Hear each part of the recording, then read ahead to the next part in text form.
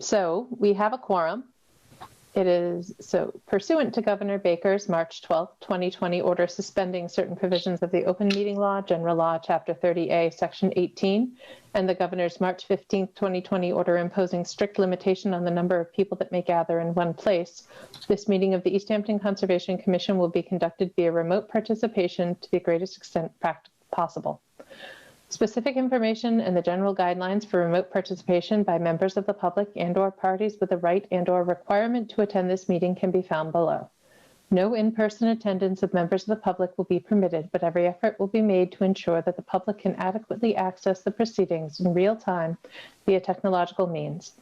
In the event that we are unable to do so, despite best efforts, we will post on the City of Easthampton website an audio or video recording, transcript, or other comprehensive record of proceedings as soon as possible after the meeting. Should an interruption occur in which the meeting ends abruptly, the meeting will not be restarted and all agenda items will be automatically continued to the next scheduled meeting. All right, it is 6:01. I will now call to order the March 8th, 2021 meeting of the Easthampton Conservation Commission. This meeting is being recorded. Are there any public concerns, non-agenda items? I've not received any. All right.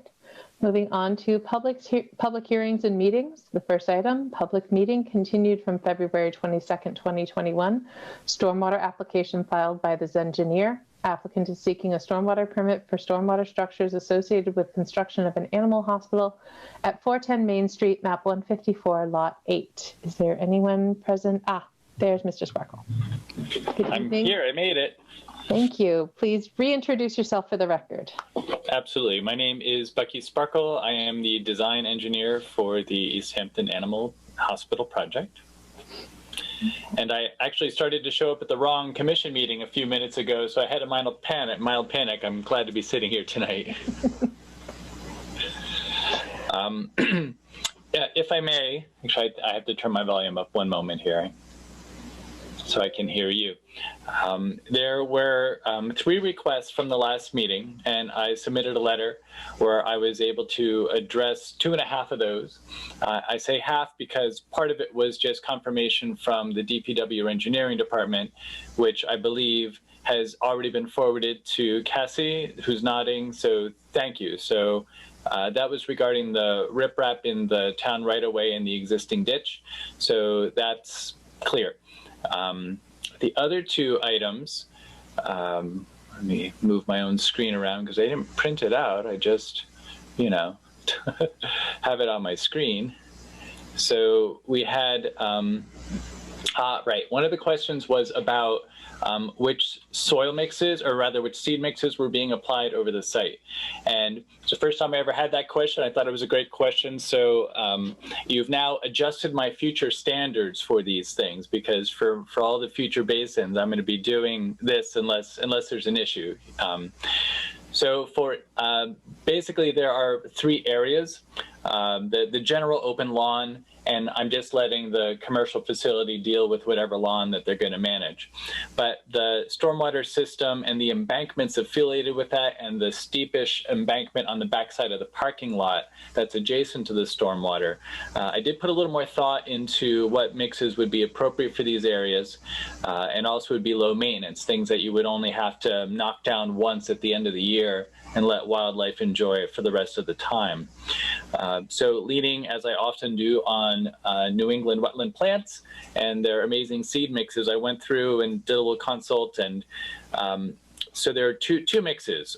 One for the basin itself, and I think, did I come up with a plan that showed this? I don't have it on my screen. Excuse me 1 second. This was the downside of my showing up at the wrong meeting. I know I have that.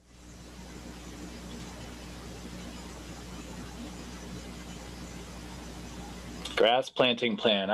Whew. All right, so let me get this. I'm going to share my screen here, which is why I wanted to take a minute. Share screen, grass planting. All right, so, right. So we have the area divided into two places. I'm going to start with the basin, which I've actually labeled as seed mix B. So everywhere from the top of the embankment down and through the bottom of the basin that's not riprap is getting seed mix B. That is the New England wet mix, right? So they have one specifically, New England erosion control restoration mix for detention basins and moist sites. It's a very long name for a product, but that's the mix that we're proposing. It is specifically designed for this application. Additionally, on the steeper slopes on the dry side of the embankment and other sides of the site that are pinned up against the tree line at the top of the page is seed mix A, and that is the New England Conservation and Wildlife mix. So it's very heavy on animal support, and it's got a little bit of wildflowers. It's not their showiest mix, but it's another thing that you just let grow, and at the end of the year you can just cut it down. So it's minimal application, minimal effort, minimal equipment on these blends.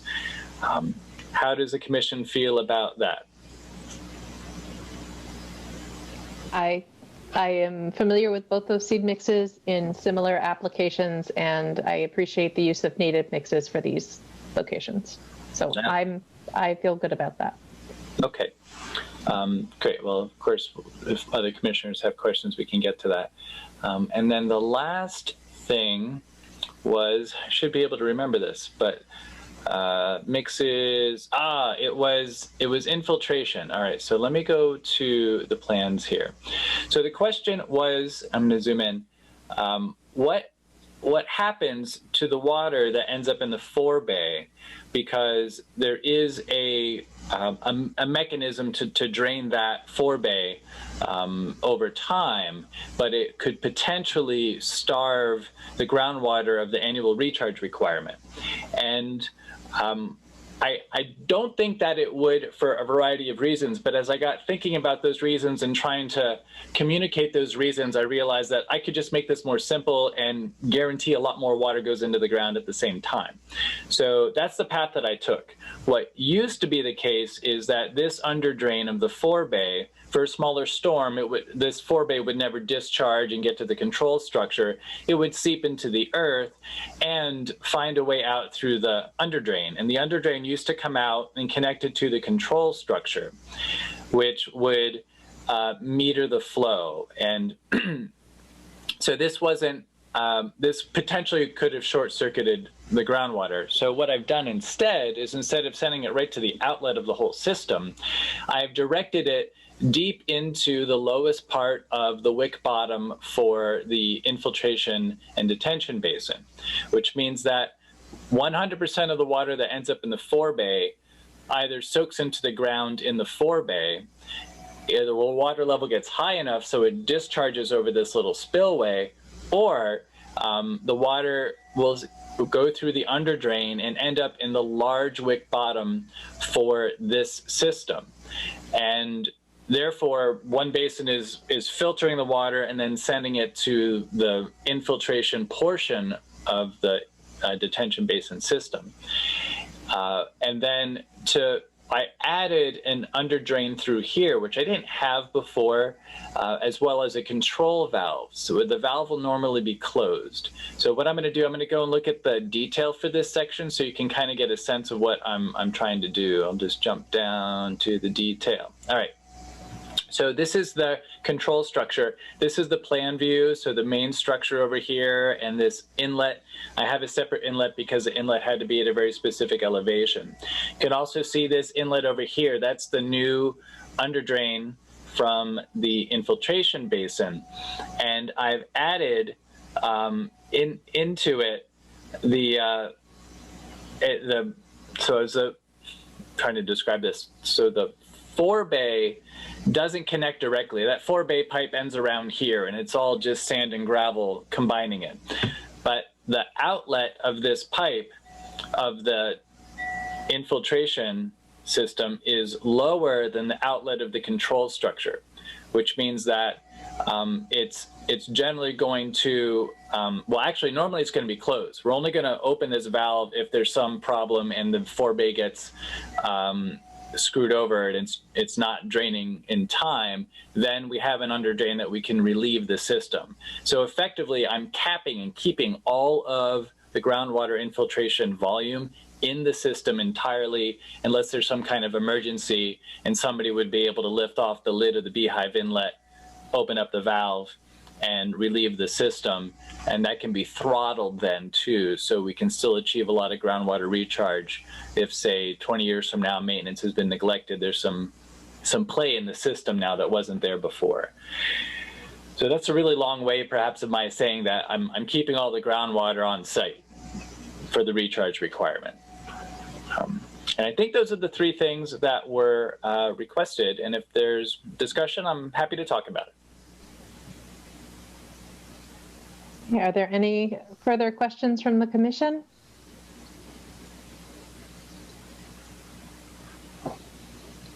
Okay. Cassie, are there any questions on your end? Nope, I haven't gotten any comments from the public, and I don't have any other additional questions myself. Okay. All right. I don't have any further questions. So with that, would anyone care to make a motion that we close the hearing and issue a stormwater permit? Are there any conditions you'd like to discuss, Cassie? One of the ones that I was curious about was one of the conditions that we kind of included on other stormwater permits was for the requirement of maintenance reports over time. And I didn't know if that was something that we still wanted to do. I haven't been able to check to see if that's something that's been happening or not. But honestly, it seems likely to me that that isn't something that has typically happened with previous stormwater permits. My light's on a timer. But yeah, so I don't know. I just didn't know if you guys wanted to discuss that or if you wanted to keep having it and if it's a reasonable requirement or not. So are you saying you don't know that it's been a consistent condition that that's a requirement, or that it's been that it has been a consistent condition, but you don't know if stormwater basin owners, operators have been fulfilling that obligation? I would say, yeah, the latter. That it's been a consistent condition, but I don't know if it's actually been fulfilled. I haven't been here long enough to know if that's been the case or not. So it sounds like they get sent, those reports, if they do, get sent to DPW or the engineering department, not to me. So I guess maybe I'm not sure, I don't know, maybe I'm not the person who received them anyways. But it does seem like, I'm not really sure how it would be enforced. Right. Bucky, can you refresh the commission's memory? The long-term O&M, is there an annual documentation requirement? It is, well, there's a maintenance schedule and form, which you can see that there's a section in the stormwater report for the long-term O&M plan, and then it talks a bunch about a few things. And there is definitely a schedule that is supposed to be performed at various time periods, and I've also included a log form for whoever's performing that if they wanted to use the form that I provided. As far as the requirement goes, I'm a big fan of maintenance. If you ask me, I would say tell them to send an annual report to somebody, and at the very least, that keeps them thinking about it. The system is very low maintenance. Most of it's very obvious. If you see a plastic bag blocking the system, pull out your plastic bag. I'm pointing to my screen like you can see it, right? But you can't because I stopped the sharing. I'm so sorry. But I say put in the condition and just have them send a report. And it's easier to write the report than to do the maintenance by far. Let them do it. Okay. That would be my preference as well. And maybe what we can do on our end is at another time discuss a strategy about how to potentially keep better track. And perhaps it's not just that they copy the DPW or the engineer, it's that they copy the Conservation Commission. on the electronic submittal of annual maintenance logs. I don't know how folks feel about that. Yes, no, maybe. And then we had already gotten a bond value from the city engineer's office. Can you just remind us what that is? Yeah, hold on one second. Let me pull that up. Bond amount. Oh, I'm on the wrong project. Hold on, sorry.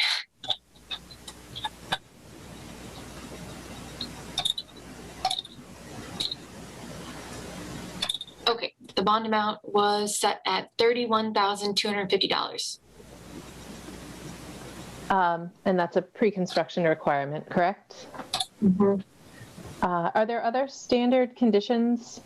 So I'm gonna apologize here. We don't deal with too many standalone stormwater permits. Me neither.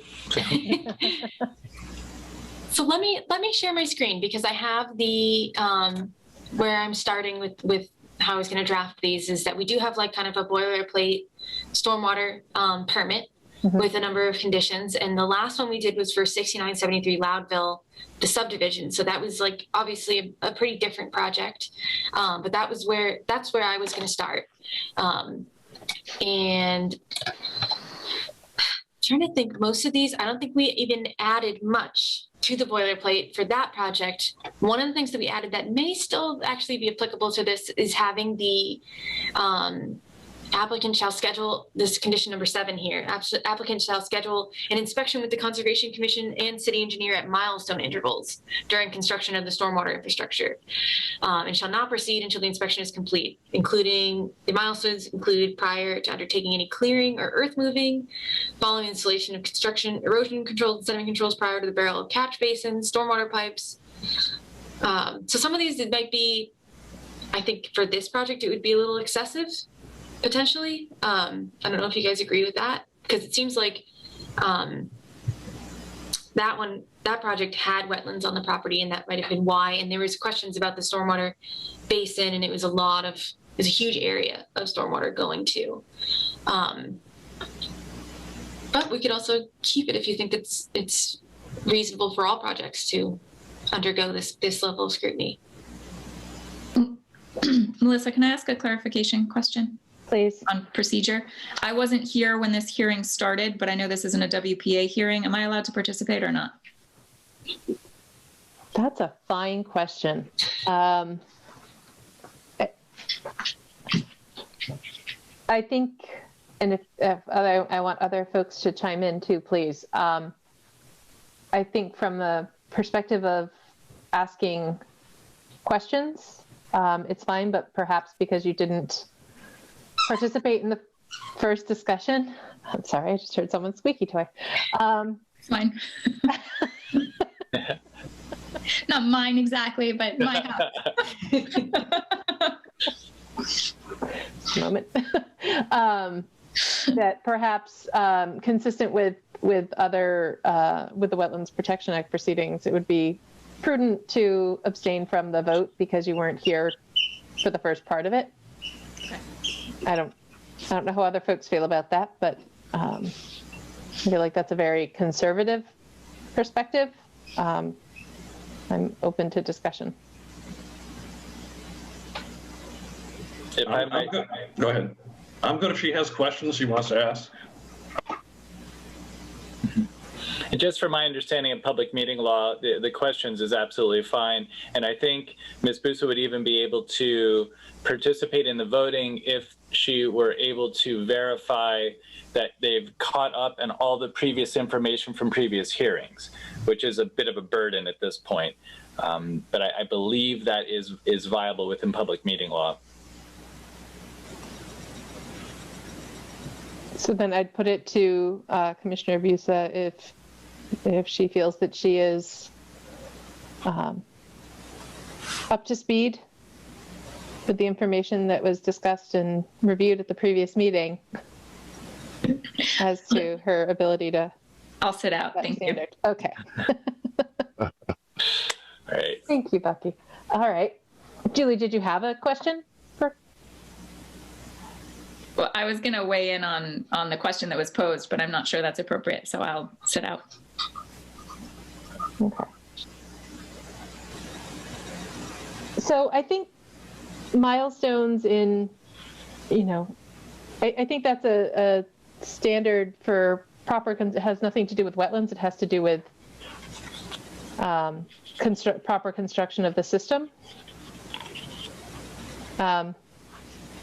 And so let me see if I can make this series of windows go away. So I think there are certain are there any catch basins in the property, or I don't think there are any in Wilmelco Way, correct?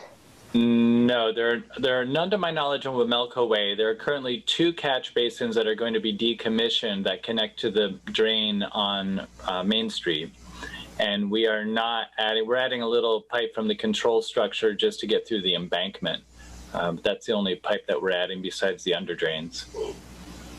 Okay.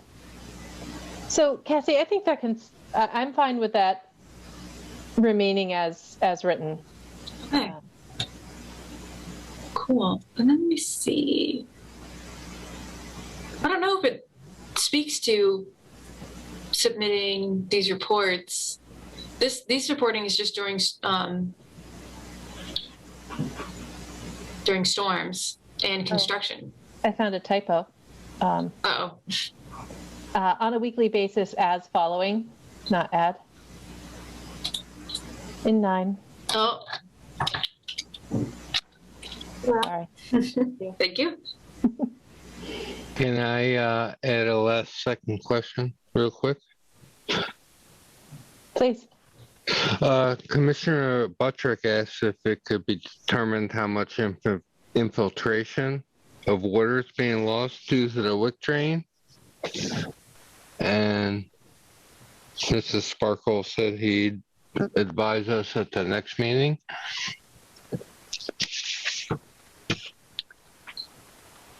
I can speak to that. That was the discussion regarding redirecting the under drain from the forebay directly to the infiltration system, and then adding a valve to shut it off so it can't even discharge except in an emergency. So we're now capturing and treating like 98% of the impervious area is all going to go into the groundwater, and we're going to be way over our recharge requirements at this point.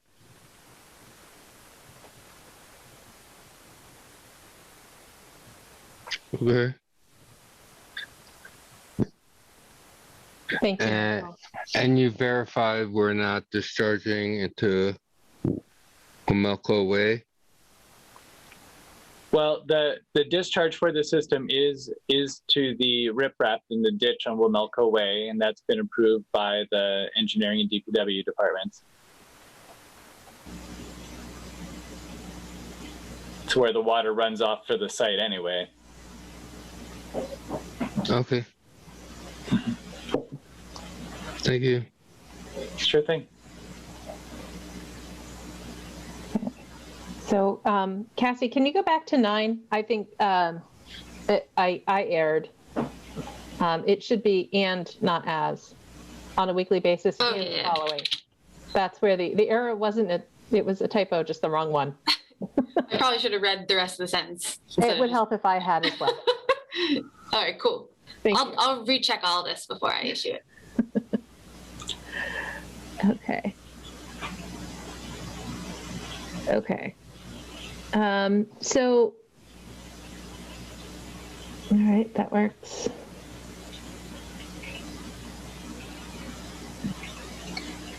So, can you in condition 11, the amount of the bond shall not be less than blah, blah, blah, which is has been estimated to be, and it looks like a fill in the blank needs to be added at the $sign. Yep. 31,250.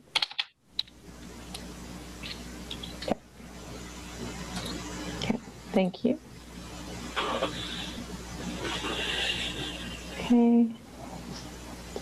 Anyone else see anything in this view?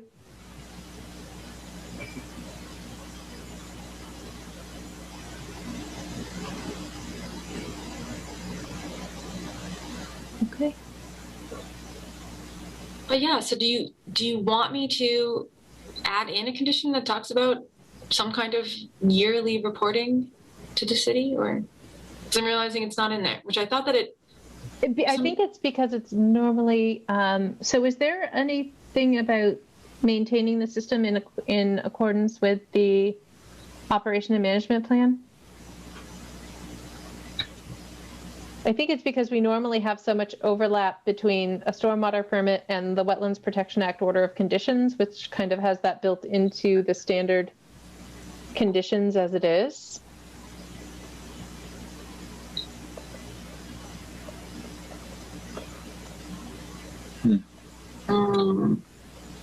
It's saying no.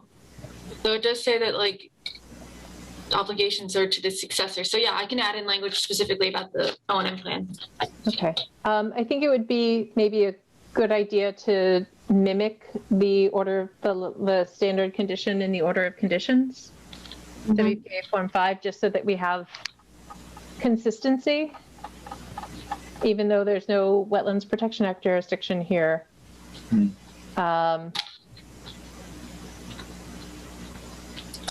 Yes. Nope, that makes sense to me. So you'd be pulling from general condition 19. Yeah, okay.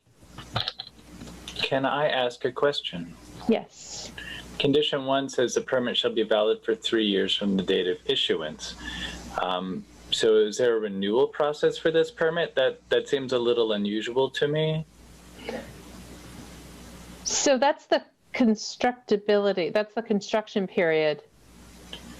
Okay, so this is limited to just that. I guess I'm not sure how the permitting system works in this case. I just saw the word permit in 3 years and got curious. Yeah, no, it's a good question. And I think this is largely based on the commission's familiarity with, under the Wetlands Protection Act, where your permit's typically valid for 3 years, and you can get extensions if you need to finish your project, subject to the commission's discretion. But conditions that continue in perpetuity are limited to the long-term O&M of the site, not the existence of the system. Okay, just double checking. Thank you. No one's going to ask them to yank out the system. Yeah, all these homeless cats and dogs. Can't have that. No.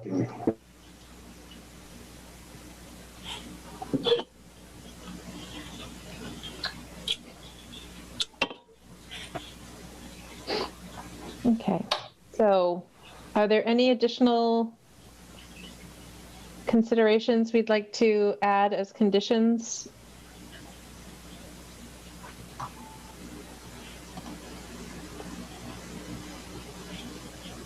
And if there aren't, would anyone care to make a motion? Close the hearing? I'll make a motion to go ahead. I think Deb had a question. Deb, did you have something? Yes, I was just remembering from the last meeting, didn't we ask about the canopy of trees or what type of trees there were in that area? Because they were going to be clearing a lot of trees. I don't remember hearing any answer from that. Well, as far as the site goes, the majority of the site is being clear cut. We are able to save a few trees in the corners, in 3 of the corners. As far as other trees off the property, I think there was a question from the last meeting was, well, what's the tree canopy like just in the vicinity? And at the time I didn't have a good answer. I do have, if I would be able to share my screen, Cassie. Yeah. I can go to here, and let me bring this over. So I brought up Google Earth, and this is the existing animal hospital, and the property line goes back to about here, and we are clearing the majority of the trees on site. And then as you can see, it's a deciduous forest down to, this looks like a power line, and there is you can see a water here, and I know that we're not really seeing the screen though. Oh, really? Oh. Yeah, sorry, Bucky. You might have to stop and start again, the screen sharing. Sometimes it does this. Oh, okay. All right. Let me get back to meeting controls. Stop share. I will try again. Do you see the Earth? Yes. Yes. Oh, good. All right. So I'll try again this time with pictures. So the existing facility and the property line goes to about here, and the majority of these trees are being cleared. We're able to save some through here, and some up here. Then it's a deciduous woodland until you get back to, well, it keeps going for a little while. Obviously, you can see these pine trees here. This is a April 2016 image. I know the culvert, I used to walk this section of the trail, so there's a culvert here of pretty good size that I took some pictures in. And there's a bit of a wetland through here and water coming at it, but this is a slope, so this is mostly dry through here. But this is not on our site, so I'm not intimately familiar with it. I stopped by there after our last hearing. I was out and about one day, and I stopped by, and you know, there's a significant elevation change between 410 Main Street and the east-southeasterly end of Wamelco Way, and the wetland doesn't begin until the southeast side of that right-of-way, that overhead electric line easement through there. Yeah, this starts to it bellies out through here. So that's the low area, but yeah, you can see the slope. So this is all upland area until you get past here to a degree. Deborah, I'd asked that question because I wanted to make sure it wasn't part of that forested wetland area, or the shrub wetland. And it's not, so I'm not sure. I don't think we have the purview to, under the stormwater ordinance, to factor in the nature of the canopy if it's not additional jurisdiction under the Wetlands Protection Act. Okay. Yeah, thank you. Mm-hmm.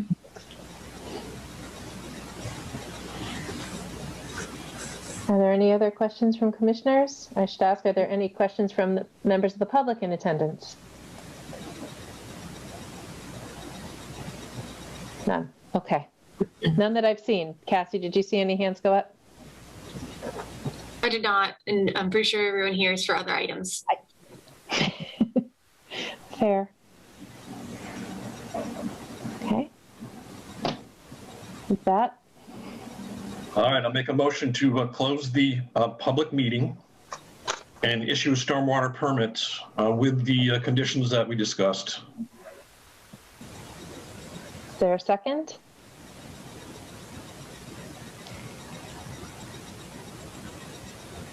Second. Okay, roll call vote. August? Aye. Busa is abstaining. Buttrick is absent. Ryan? Aye. Whittemore? Aye. Cody? Aye. Motion carries. All right. Thank you very much. Thank you, Buffy. Thank you. I'll see you some other time, I'm sure. Sounds good. Thank Good you. night. All right, let's move on to our next public meeting. Request for determination of applicability filed by the Massachusetts Department of Transportation. Applicant is seeking a determination of whether the boundaries of resource areas are accurately delineated for the section of I-91 within Easthampton for future herbicide treatment, no map or lot. Is there a representative from Mass DOT here this evening? Yes, hello, my name's Robert. Good evening. Is this Mr. Notario? Yes, thank you for having me. My name's Robert Notario from Mass DOT. Good to see all of you and 3 or 4 familiar faces from over the years. Thanks for having me. Thank you. I have a very, very brief presentation. So I'll just jump right into it, if that's okay with you. Please. So Mass DOT is starting the process for a vegetation management plan. This is very early in the process, which MDAR, or Massachusetts Department of Agricultural Resources, is asking that we meet with the conservation commissions by submitting the RDAs, discussing it with the cities and towns involved, and then moving forward with them to implement the plan in the coming years. So it's still early in the process. So this is something that we do. It's kind of a little bit of a different kind of interaction with the Conservation Commission with this RDA, as some of you may know.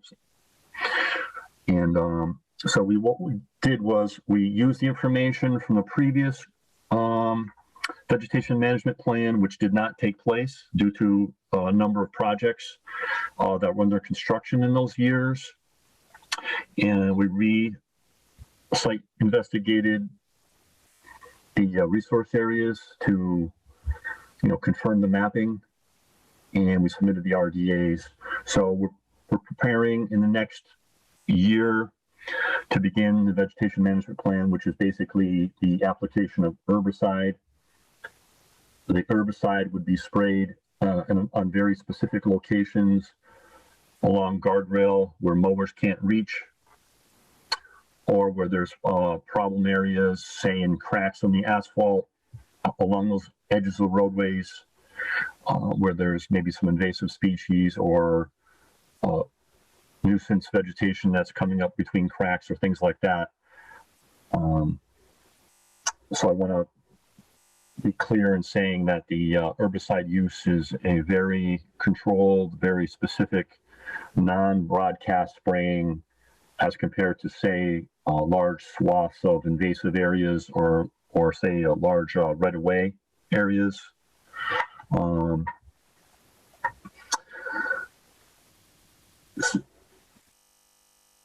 So by the numbers for Easthampton, you might be wondering, how much of I-91 is in Easthampton. So really it's 2,000 to 3,000 feet in length. So out of that length, depending on how you measure it on I-91, and you take away the areas that are either no spray zones or areas that are bridges, which is pavement or concrete from side to side, which wouldn't be sprayed, it's just over 2,000 feet in length in the city of Easthampton that would be within the herbicide use or potential herbicide use. And the only thing I would say right now is that the plan, once it's approved by MDAR, there would be a notification process to the Conservation Commission, to several boards, including the Board of Health, DPW, Mayor's Office, City Council, and any agencies, boards, or commissions that overlook or oversee wells and different things like that. So there'll be a notification process after this, once that vegetation management plan gets approved by MDAR. So there's my real brief presentation. You probably have questions, things like that, and I'm here for as long as discussion is needed, and thank you. Thank you. So I guess first another clarifying comment, and I apologize if you also said this and I missed it, but the request is for the approval of these boundaries, not the vegetation management plan that DOT is pursuing. Correct? Yes. Because that would be an exempt activity if it's under an approved VMP? That's correct. Okay. So to that end, Cassie, I believe you performed a site visit. Yep, we did a site visit on February 25th. I can share those pictures now if you guys want to see them. It's I also wanted to share the from the original RDA. Maybe I'll show you this first, and then I'll show you the pictures. May make a little more sense because it was right along the highway, so and it was pretty snowy, so it's kind of hard to see. But basically, yeah, they're what the applicant is seeking is for a positive determination on these boundaries as they're set. They're shown in the plan for the original RDA. So I just want to show those again to you guys as a refresher. All right, there it is.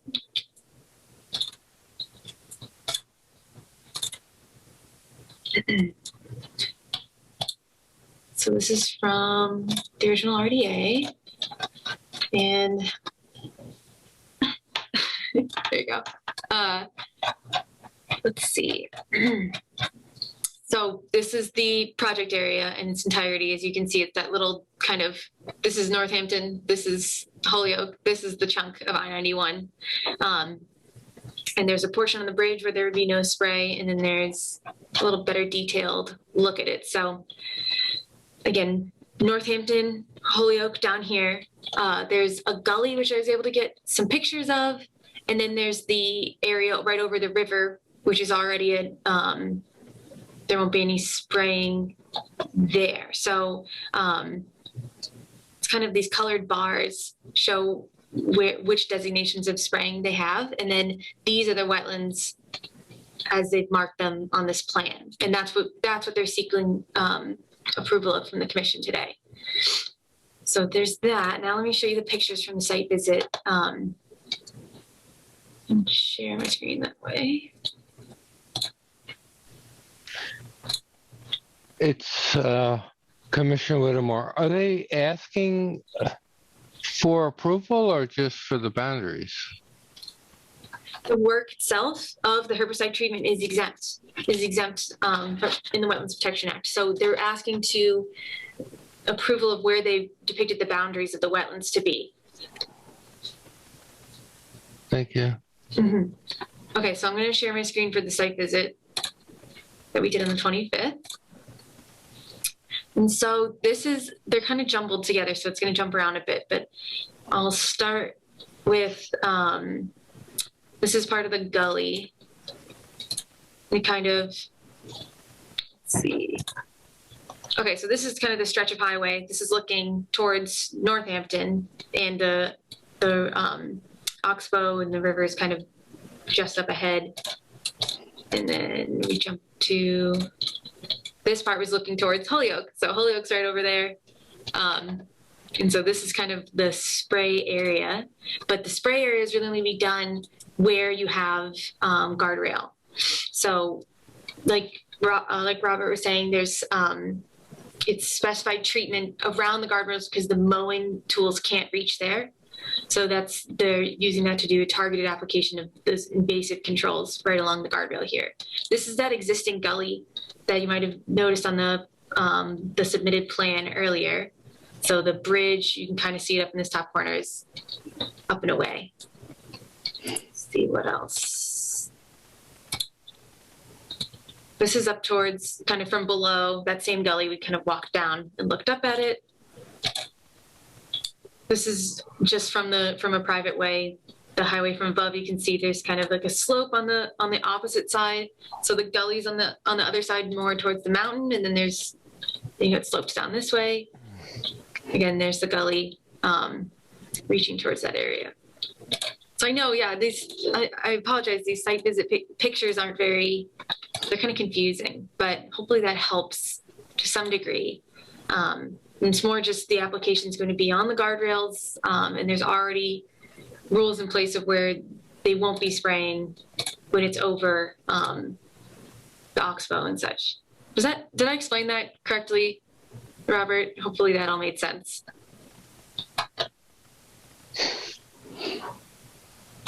No, I think that was good. Yeah, so the spraying is very specific. It's not a wide broadcast. It's usually only inches wide, meaning not approaching a foot. It's only a few inches wide usually, if that helps. Yeah, so I'll bring back up the plan here.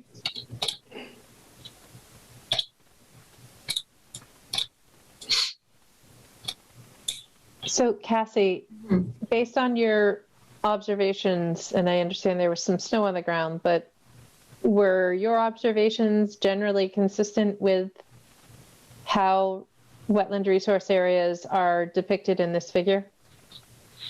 Yeah, I'd say so. I looked at some Google Earth images and more like aerial imagery after as well, and that was really helpful. And I definitely feel like this is accurate. Particularly the gully region is where we looked at the majority of the site visit, and then these areas, just because it was also too like walking along the highway, it was a difficulty for me just in terms of safety and things like that. So we didn't walk down to this area, so to speak, but yeah, in these other areas, it does seem accurate to me.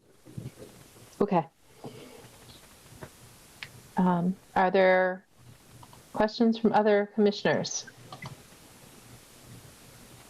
It's Mike.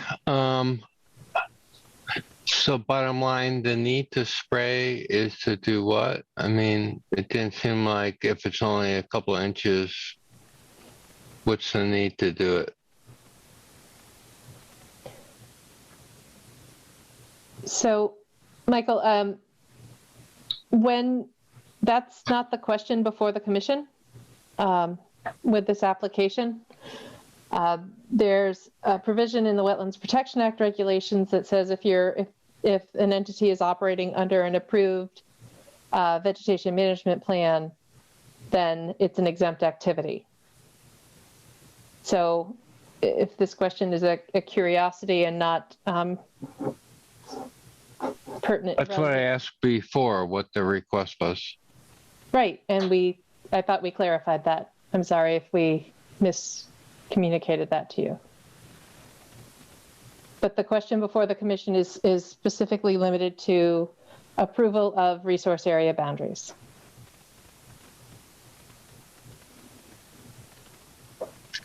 Got it. Thank you. Thank you.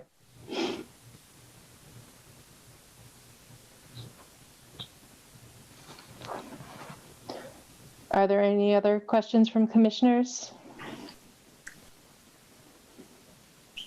The approval of these boundaries then would stand for 3 years if anything else were to come up in the surrounding area also, correct, Melissa? That is correct, yes. So I wonder, just to that point, if there's a need to actually take a closer look at the ones that Cassie wasn't able to get to, or are we comfortable that there's not going to be any proposed development around here that we would potentially be making a decision about the boundaries in advance? Cassie, can you share your screen again with that figure? Yep, hold on just a second. Thank you. I think that's an interesting point generally, and I if it's appropriate for me to do so, I just add that, especially with the ones that are closer to the Manhattan Rivers and the Oxbow, those looks like to me would be within the 200-foot riverfront area anyways, if that makes sense. So I wonder if those would kind of overlap, that is definitely something that's still going to be considered. I don't know if that's my thinking, if that makes sense, but it's kind of like still, it's not like the be all end all with what these sections are, if that makes sense.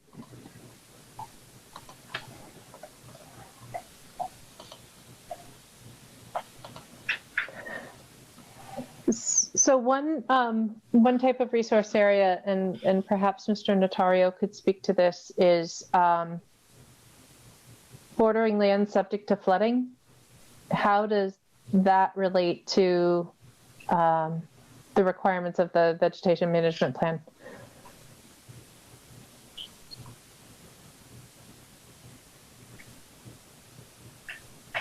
Yeah, this is really an interesting discussion. I'm happy I could be here. So bordering land subject to flooding isn't just blanketly taken off as a resource area to look at, but in a physical way. Let's say, let's talk about this specific portion of the highway. in a very physical way, it is taken off the table because of the elevated existence of the elevated highway, especially in this stretch. It's almost entirely elevated above the surrounding areas. So borderline land subject to flooding doesn't exist where the spraying exists. Okay. So in that sense, the physical spraying does not exist where BLSF exists. In other locations, it would be a case-by-case basis, but so it's not something that's, say, completely wiped off as far as the spraying is concerned, because you certainly would want to spray and then have a flood and then have herbicides potentially wash away.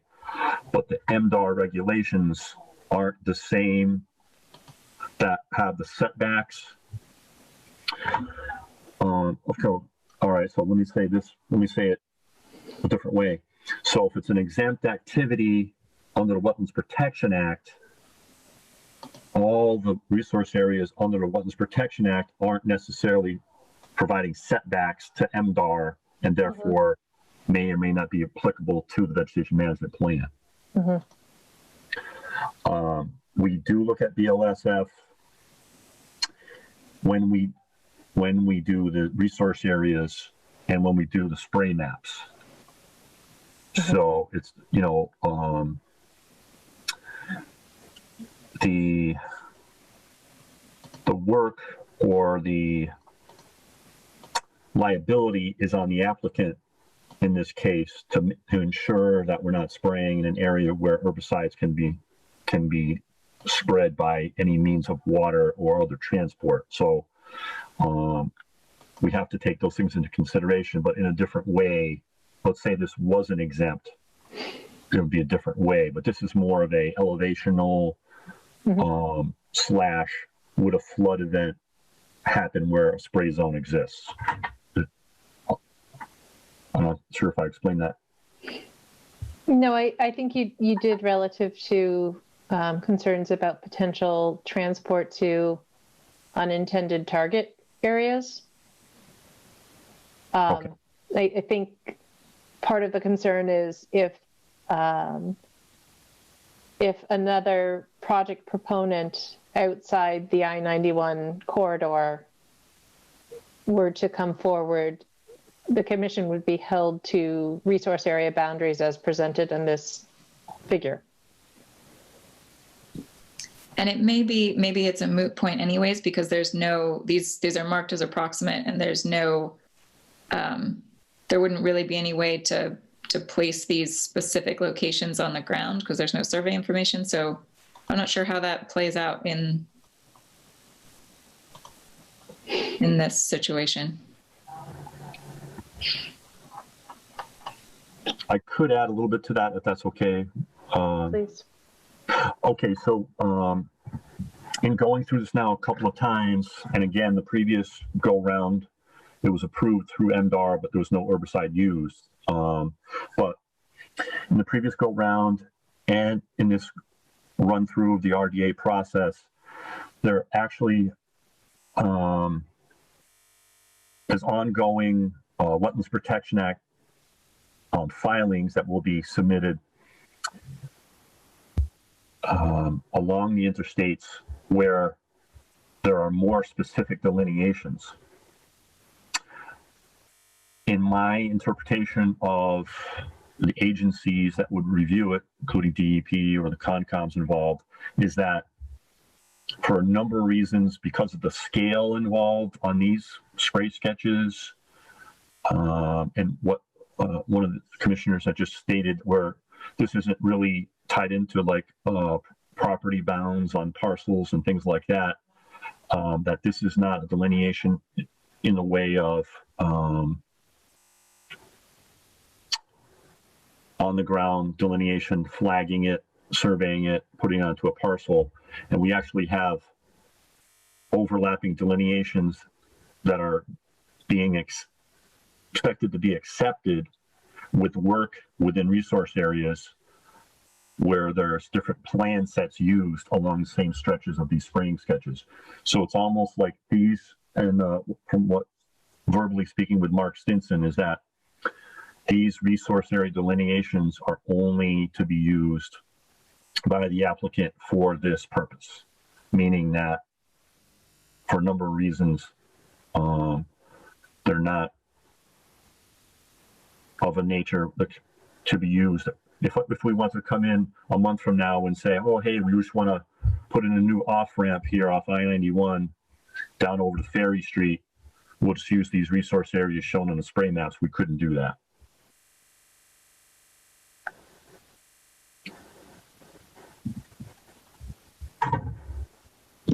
Melissa, you're muted. Thank you.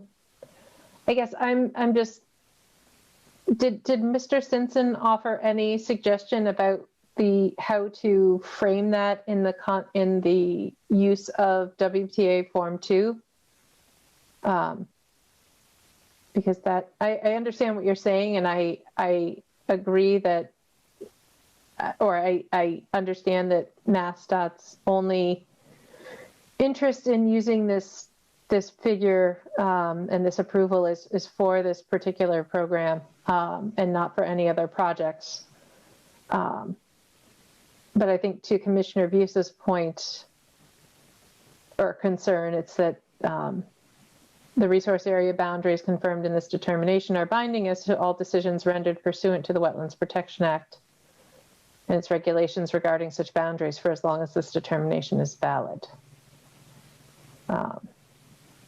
So was there a discussion of a caveat in the documentation on the commission's part that we can kind of say for the purposes of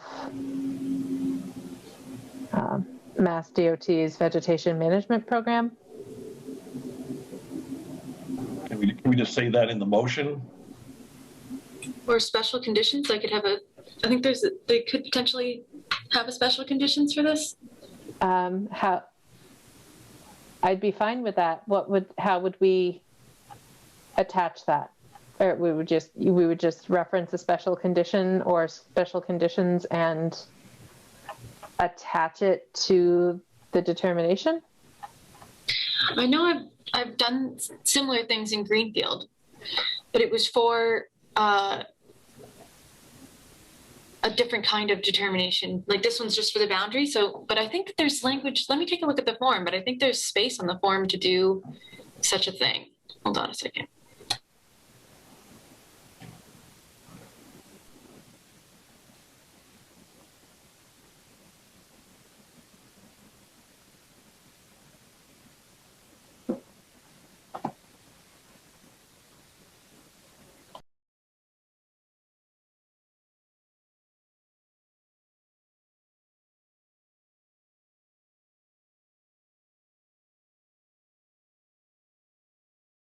Okay, so I'm just going to share my screen real quick. It seems like potentially to me, we could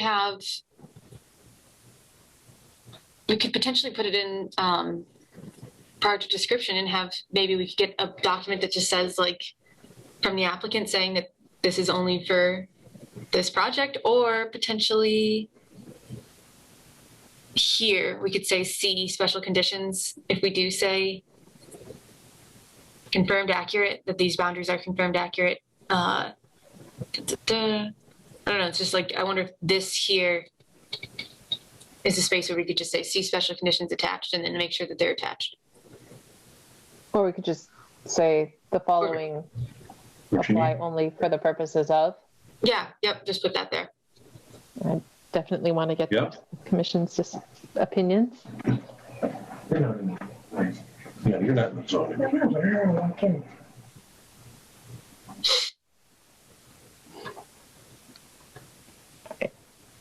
So commissioners, is that in general, is that a strategy you would be comfortable applying?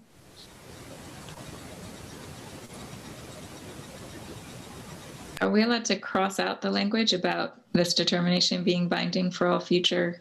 Because it seems like whatever we put in there is going to be contradictory to what it already says. Right. I'm fine with this in principle. I'm just not sure how we execute it legally. Right, and I'm not sure we can cross out standard determination language in the state's form.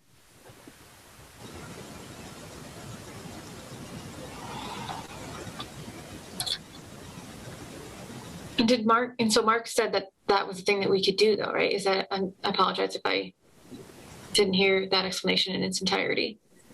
But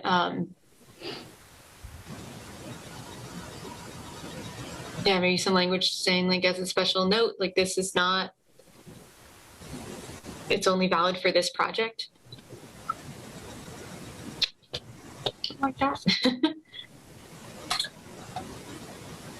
If okay to chime in. Please. Okay, thank you. So yeah, I can speak to my conversation with Mark.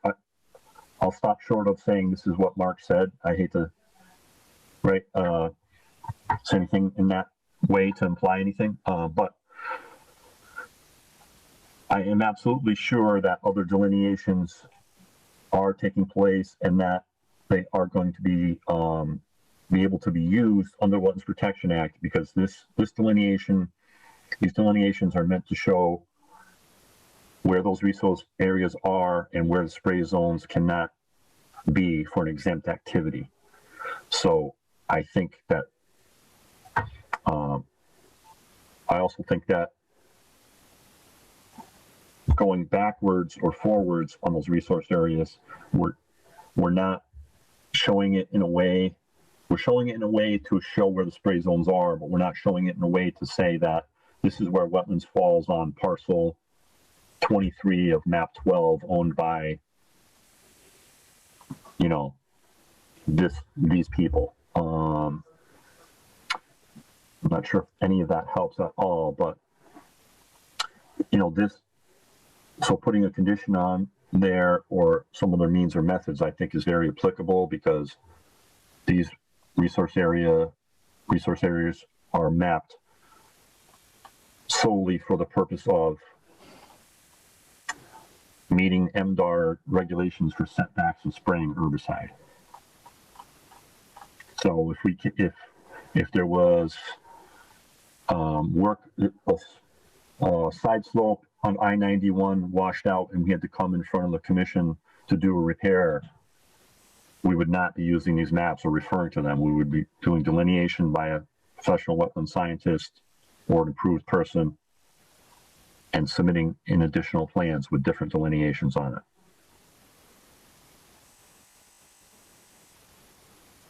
Or delineations that are used for work that's not exempt and not for spraying herbicide, and if that's a better way of saying it.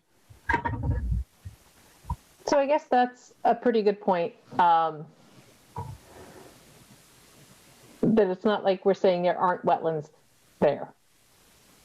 And this, you know, we can specifically exclude things such as Riverfront and BLSF, which are not denoted on the figure.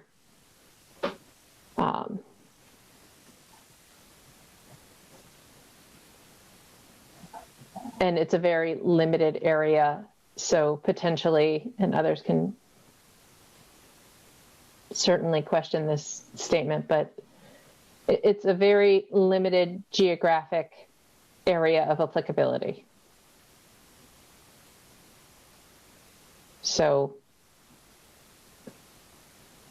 I think the potential risk of someone moving forward with a project in this area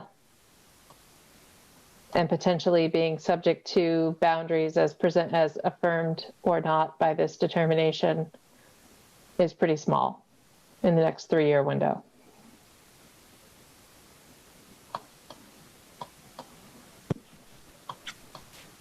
That's fair. So we could say, we can state in the blank space that we're only approving approximate boundaries for BVW. We're not including BLSF or.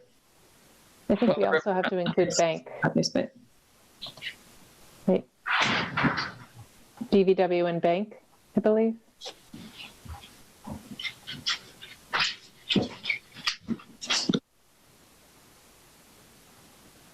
Cassie, does the figure include bank as well as BVW?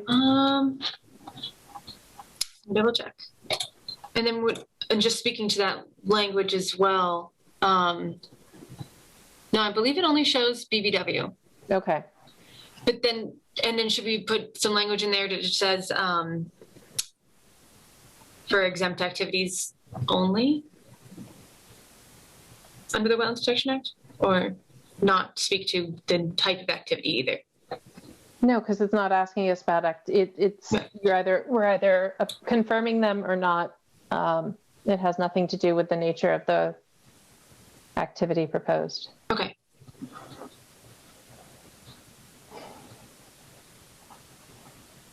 So then, yeah, so just only approved for approximate boundaries of BVW as displayed on the plan or on the submitted.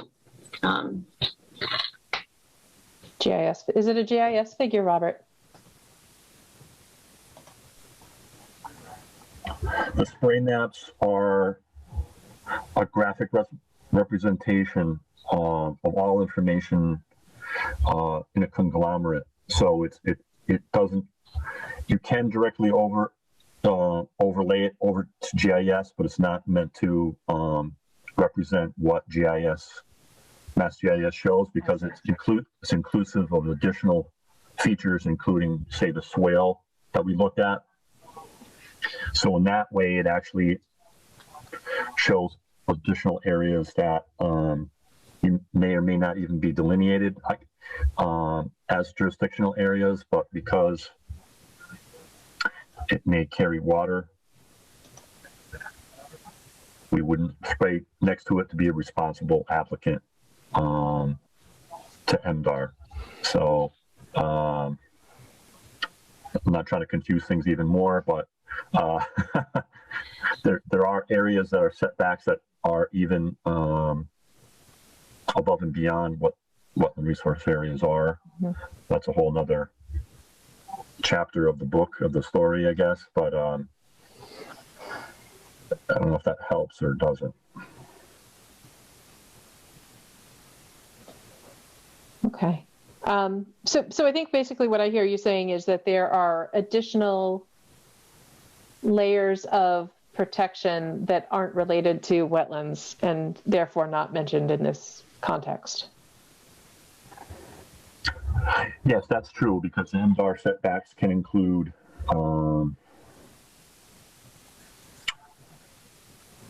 things like natural heritage habitat, even though there's not vegetation removal off the existing pavement or beyond 4 feet of the existing roadway, which would be a MESA exemption, right? Even though there's habitat in that area, that's a no spray zone. Mm-hmm. So in a way, that's above and beyond what's in the Wetlands Protection Act, or what would be required of coordination with natural heritage underneath the Wetlands Protection Act filing. There's many instances like that. You'd probably all be half asleep if I started going over all this. But there are measures, and a responsible property owner, such as highways or right-of-way or utilities, also consider abutting land uses, being responsible, and also the requirements that MDAR are that you have to reduce your use of herbicide as much as possible and over the long term. So the restrictions are many, and they are well above and beyond just the resource areas.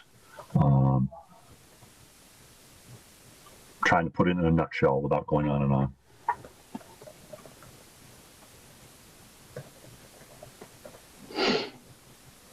Okay, so I think at this point we have all the information that we are going to have. Robert, you've done an excellent job explaining the applicability and nuances relative to wetlands jurisdiction.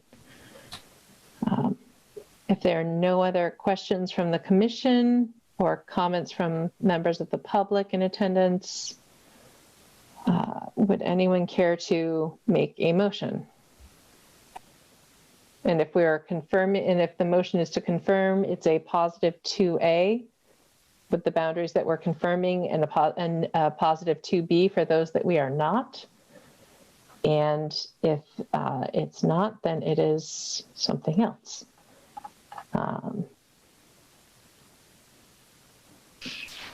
Then it would just be a 2B entirely. So I'll motion to issue a determination 2A for the approximate BVW boundaries and a 2B for the LSF, Riverfront, and I guess we should list all of the other resource areas.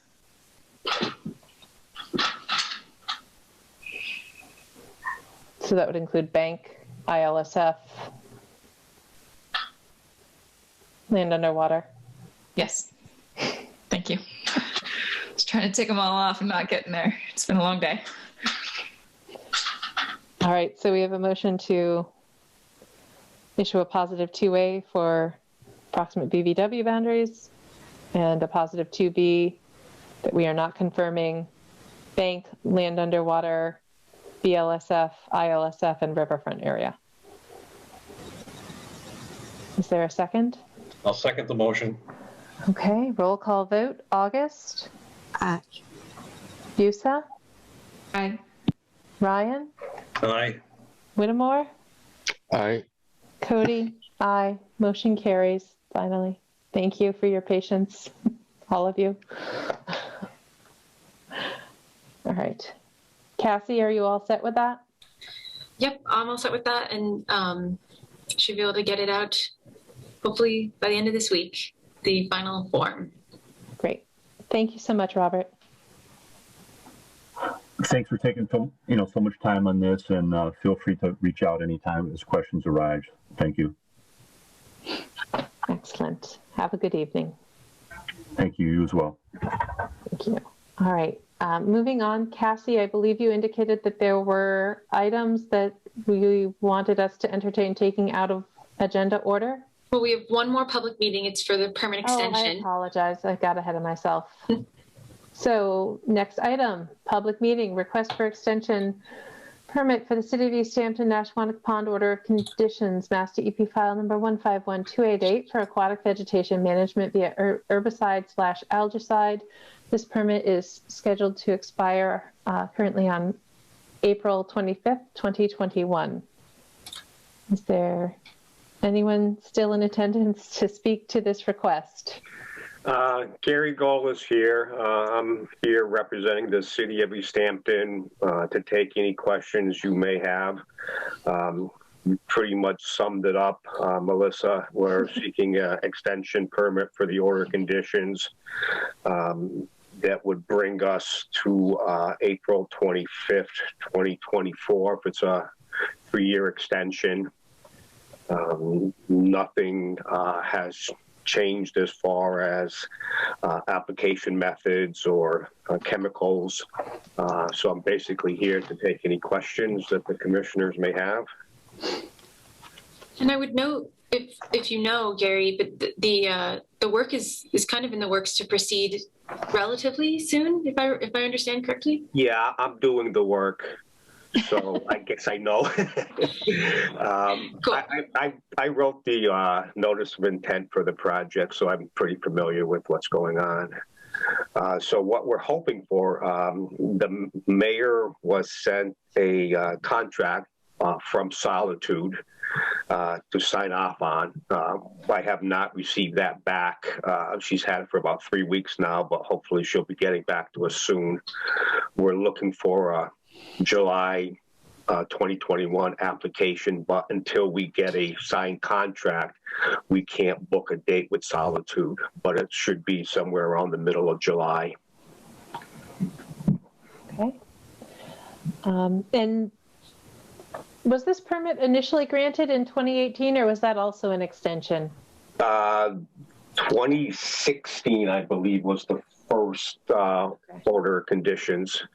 So he must have had one in, what, 2018, 2019? I'm not sure why the numbers don't add up as far as years. Cassie, do you have... Sorry. Do you have a copy of the order handy? I do. I'm Yes. wondering if it was a 5-year permit. This one, let's see. So yeah, it was issued in 2016 originally. And I haven't done a 5-year permit yet. Would it say just in the like special conditions or somewhere? Do you know where it would say that?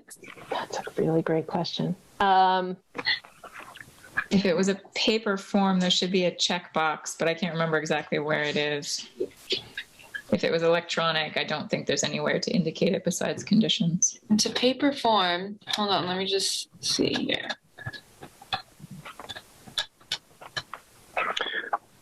I mean, the math makes sense that it would be a 5-year permit. Yeah.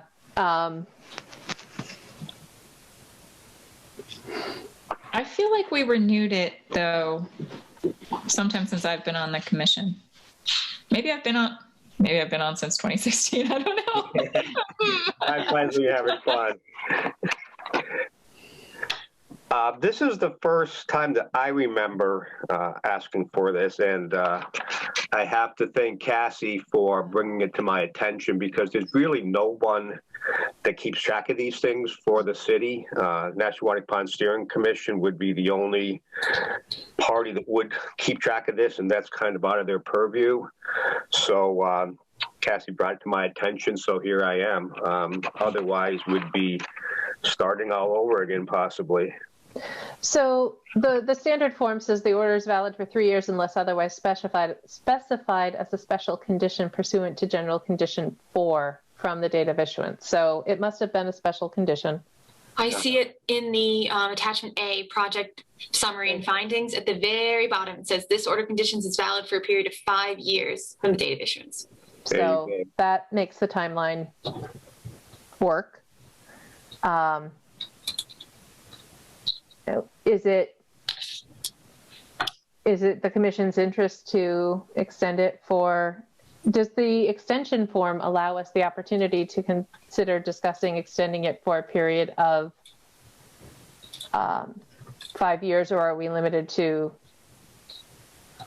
It does say this date can be no more than 3 years from the expiration date of the order of conditions or the latest extension. So I guess we are, excuse me, constrained to 3 years. Yeah, that's what I wrote it in for. Of course, that could always be changed, but I wrote it in to extend it to April 25th, 2024, which should have sort of been the commissioner's purview to enter that, but I took the liberty of entering the date.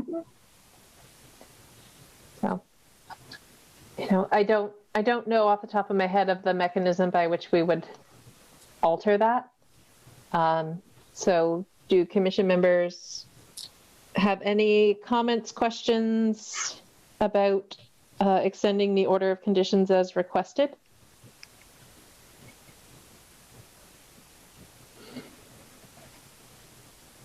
Are there any comments or questions from members of the public in attendance?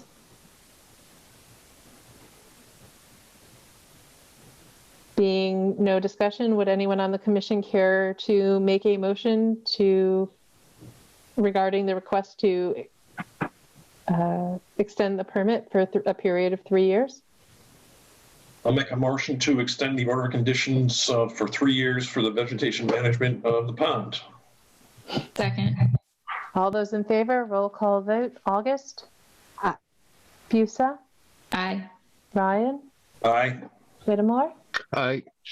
Cody? Aye. Motion carries. Thank you. Thanks, Gary.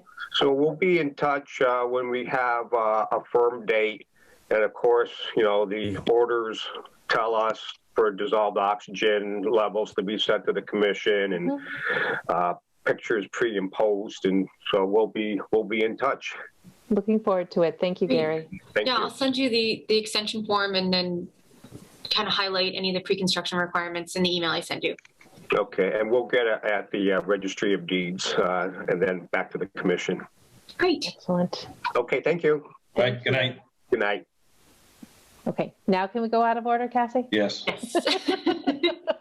And so, yeah, I'd like to request that we take item 8B for under general business for 109 Everett Street at this time, if we can, just because the people are in attendance now for that.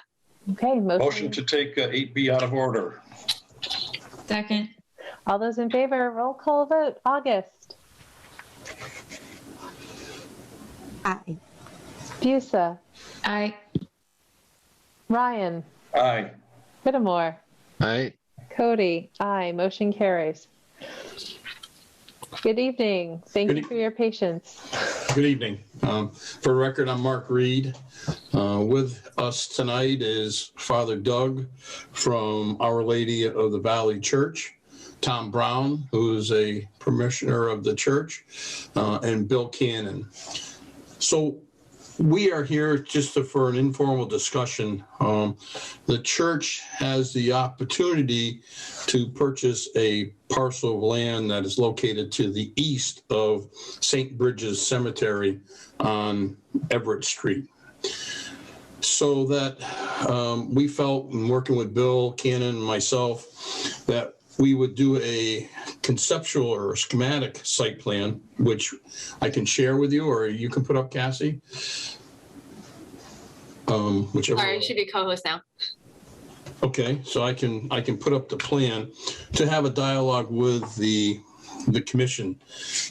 Of course, this is kind of a unique project because it is an expansion of the cemetery, and we do have resource areas that are located surrounding this piece of property. Let me share my screen. And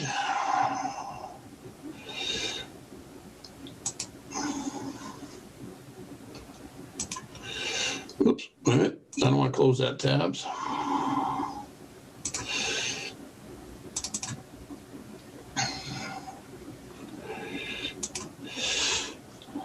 Everyone see the plan? So this is kind of a unique project because it's an investment that the church is looking into purchasing the property and potentially developing some future grave sites as shown on the schematic plan. And again, it's going to be a tough one because, you know, it's a long-term project because not all the grave sites are going to be utilized within the first 3 years of the permit. So we were able to, or Tom Brown was able to get from the city this base map. And I believe that the city was looking at this property for housing at one point in time. And that's how we were able to get this general base plan.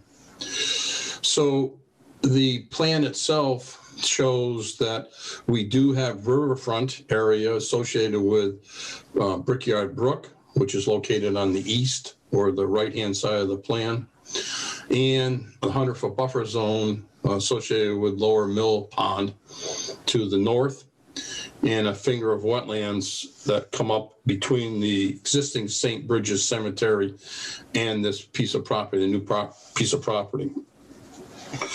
So the plan itself shows that we would propose to have a new access road coming in and going into a cul-de-sac at the rear of the property. And at the rear of the property, there would be grave sites kind of in an arc located at the rear of the property.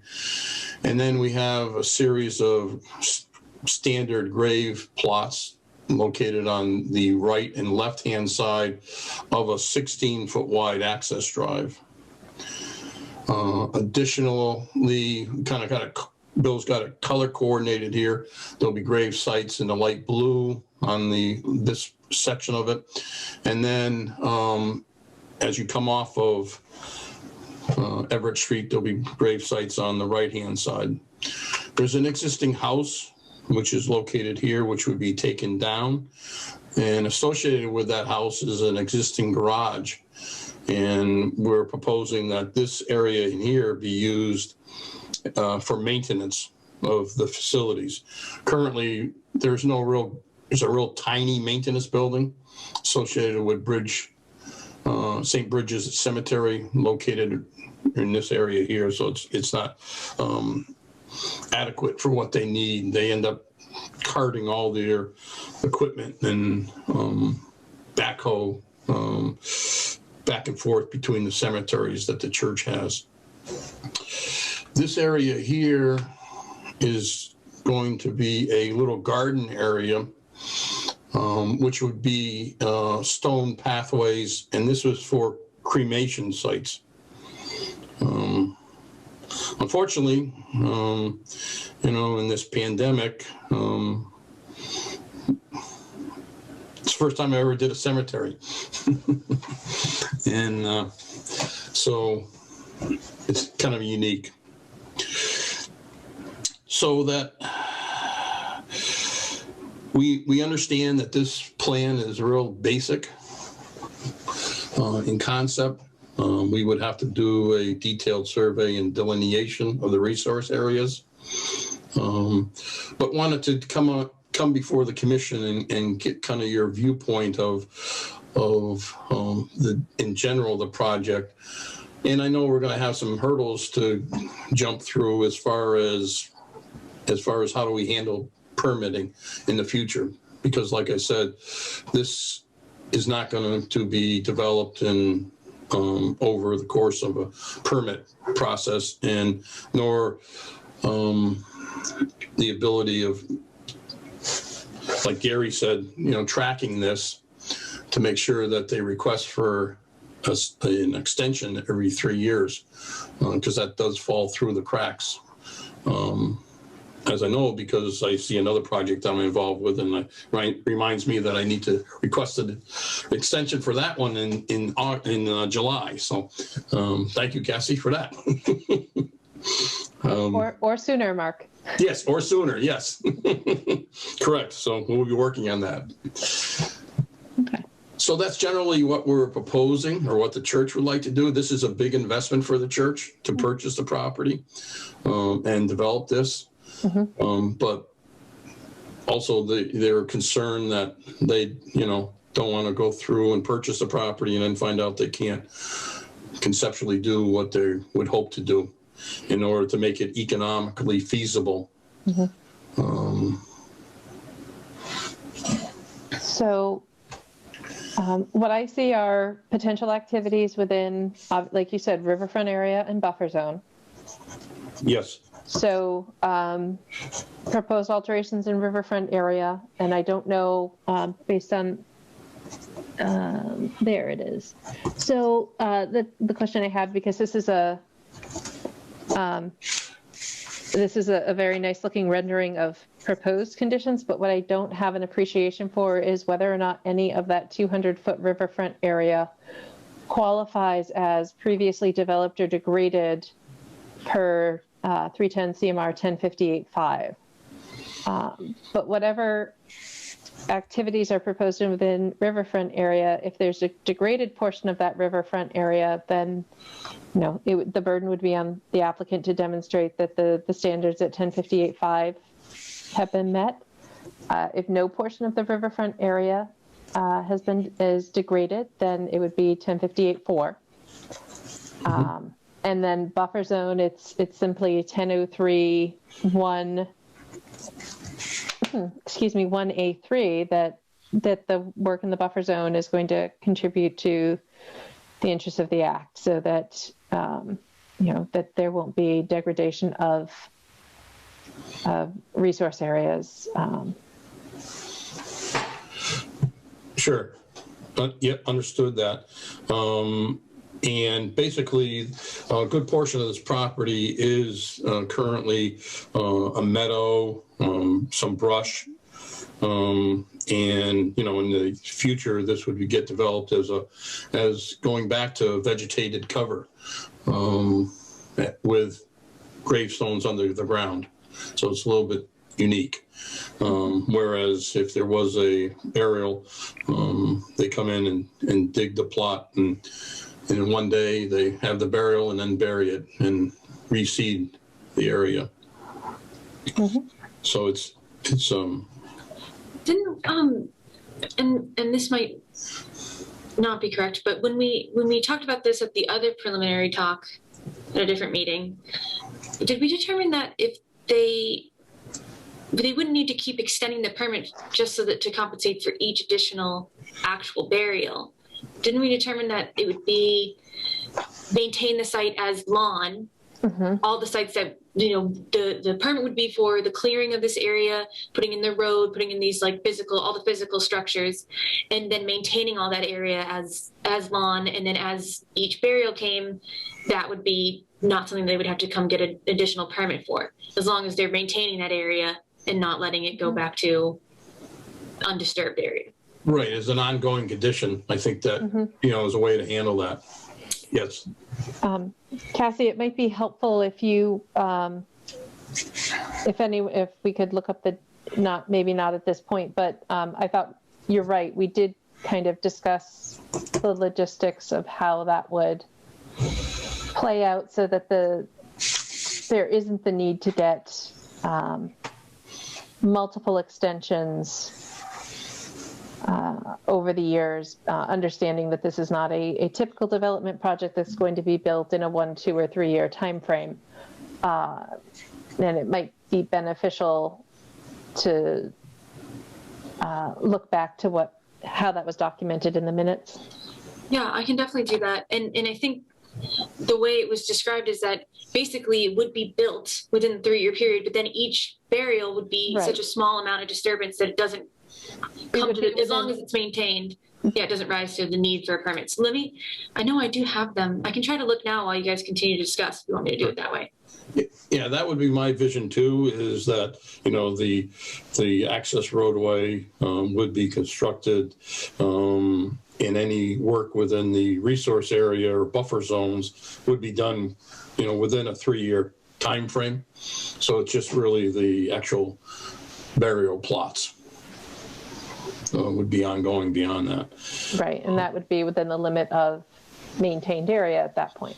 Correct. Yeah. And to maybe as a safeguard, put it as an ongoing condition that it's okay to temporarily disturb that area. You know. So, you know, this is kind of helpful. You know, there's quite a bit of work that we would have to do in the future if the church wanted to proceed with this. Like I mentioned about getting the resource delineated and taking a close look at the riverfront, Cassie, you know, for that area, and Melissa, for that, whether it meets those standards and whether we have to make those adjustments. Right, because this is not going to qualify for any limited project provision. So the numbers relative to whatever the riverfront area, whatever's more appropriate. If there's any degraded riverfront area, it's 1058.5. If there isn't, it's 1058.4. And adhering to those numerical constraints is something that the regulations will not allow discretion on. Correct. So. Looking at the plan or the base plan that we have, one of my questions is, you know, where is the actual boundary of the riverfront and associated with the Brickyard Brook? If you look at it relative to some of the topography, it may be more forgiving and move to the east, but it may not. You know, so I think that's one of the first things that needs to get done is to get it delineated and see where we're at. I had a question. I don't know if this even makes sense, but for any of the paved surfaces, would it be reasonable or make any difference to the impacts of the project? / would it be reasonable for the facility if they used like a gravel or some kind of more permeable material as opposed to just straight paved? Yeah, that's a possibility to look at to see if we could do that aspect of it too. For the most part, a good portion of it is outside of the buffer zone, and some modifications are one we get an accurate survey, we could design the roadway to the actual pavement to be outside of a good portion of the buffer zone for it. And just in my mind, the question is, where the riverfront boundaries are. Melissa? Yeah. If I might, we would just have to be conscious of the fact that whatever materials we did put down for a roadway, understanding that we do plow these roads in the winter, we do burials year round. Mm-hmm. So we'd have to make sure it's a material that we don't end up with a pile of gravel every spring that we have to respread. Sure. In the existing cemeteries that the church maintains, the roads are all paved, primarily for that reason, that we do plow them regularly. Mm-hmm. Understood. And that's a good point there. The increase in impervious area in buffer zone and riverfront area needs to be accounted for so that you don't have runoff that leaves the site and causes adverse effects. But that's where the designer can factor that into consideration. Right. So we did take some of that into consideration, Melissa. I can kind of zoom in the area. So we have these shallow basins. Oops. You can get my picture over here. So that, we have some areas for stormwater, shallow basins. Mm-hmm. The driveway and the roadway would be sheet flow into these areas. And so we maybe do a rain gardens on either side at the cul-de-sac, conceptually, and then on either side of the cremation area, we also have some water, either rain gardens or swales or some type of water treatment units being located on either side. So, there's some that can be built into it to comply with the stormwater aspects of it too. Very good.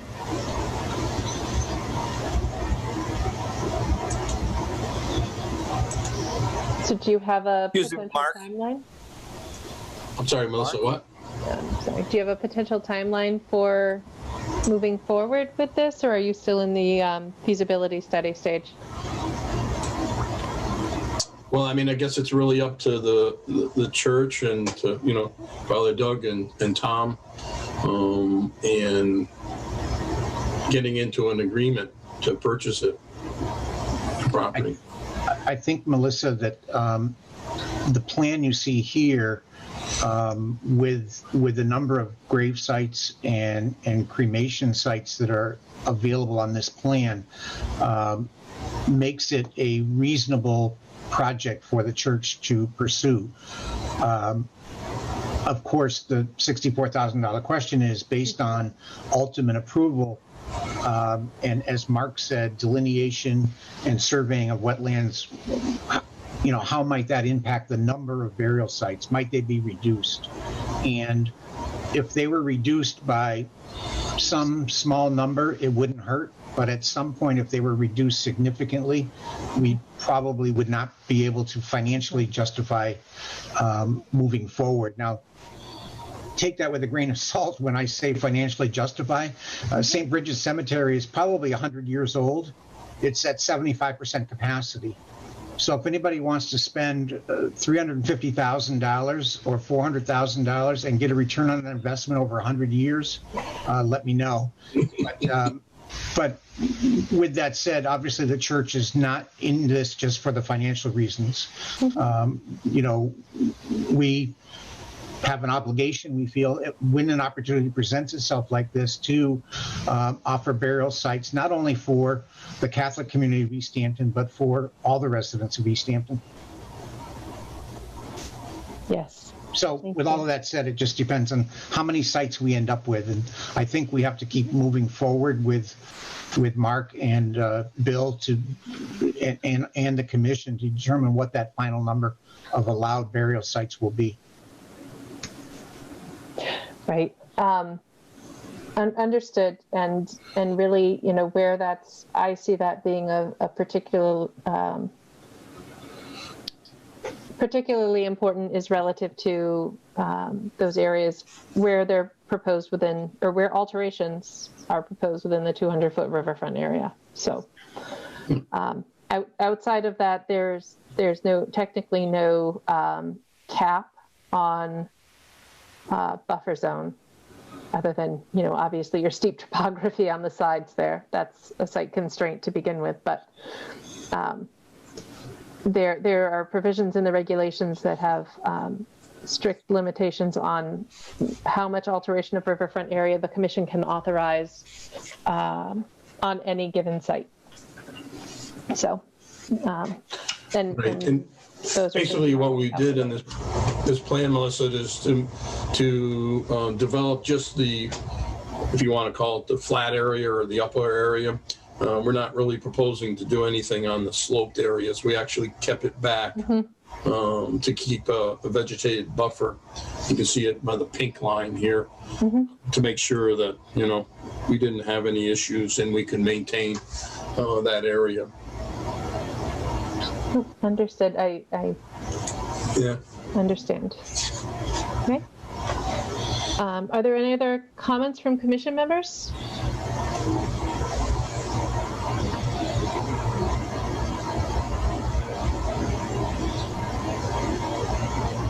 Okay, well, I guess with that, unless there are additional pieces of information you'd like to share, I appreciate you checking in with the commission and keeping us apprised of your progress and your vision for the area. And if there's any other question, please feel free to call Cassie or rejoin us at a future meeting. Great. Well, thank you. Yeah, thank you very much for entertaining us tonight. Well, thank you for your time. Yep. Good night. Thanks, everybody. Thank you. Thank you. Okay, Cassie, are we going back to agenda order? We are. That was the only other one I had, so. Okay, so resuming agenda order, we have no request for certificate of compliance. Are there any enforcement action updates? No updates. Everything's wait until the spring. Same with open space? Same with open space. I'm still working on Echo Dale. Okay. So I guess as a better update for Echo Dale, I reached out to land stewardship again, and they wanted to do a site visit when the weather gets a little bit better, things thaw a little bit more. So I'll keep you all updated on that. And then figuring I've had better details about what is going on in terms of, I don't think we would even necessarily need to put anything out to bid for the mowing work. It's kind of where it left off last time, just because if the amount is small enough, it's not actually necessary to do that. Also, too, we were wanting to go with land stewardship anyways. It seems like it would make the most sense. So it might all be a lot easier than I previously understood it to be, which would be nice. But so I'll keep you all updated as that kind of goes forward. Okay. All right. Are there any compliance updates you'd like to bring to our attention? So I did have one request for item 7K. That is the Ferry Street Lovefield intersection project. And there was a request when we did this site visit. Gosh, I don't remember when it was. I can pull up when it was. But when we did site visit, I spoke with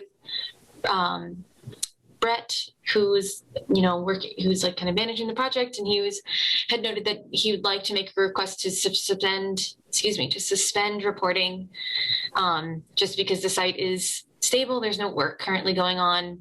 They're waiting until, maybe it's silly now, but they're waiting until the spring or later in the spring to come back and do more plantings or check on the plantings. But essentially, I don't think there's any more ground disturbance proposed. Fortunately, he had planned to attend tonight, but is not here, obviously. Did he send you pictures of when it didn't have snow on it? Because when we went there, it was still snow covered, so we couldn't really see what was happening. Yeah, that was the thing. He said he was going to send the pictures, and I've not yet received them. I'm working on it. So, yeah. So perhaps we don't make a decision until they provide the photos. But my understanding of that is that they have to provide some sort of temporary or permanent stabilization. So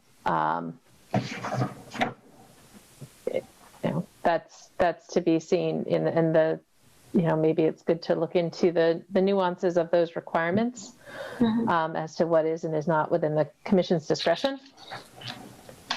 Okay.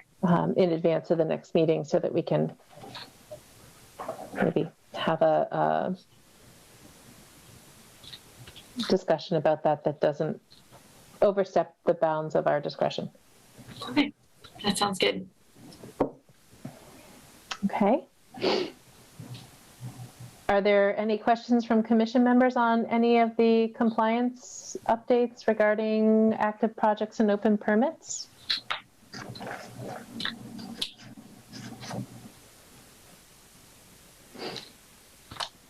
Hearing none, let's move on to general business. Meeting minutes, February 8th, 2021. I think we should be keeping a tally of how many times the lights go out on Cassie. I try to like move around in my chair, and I don't know why that doesn't count for it, but whatever. Are there any comments or discussion regarding the February 8th, 2021 meeting minutes?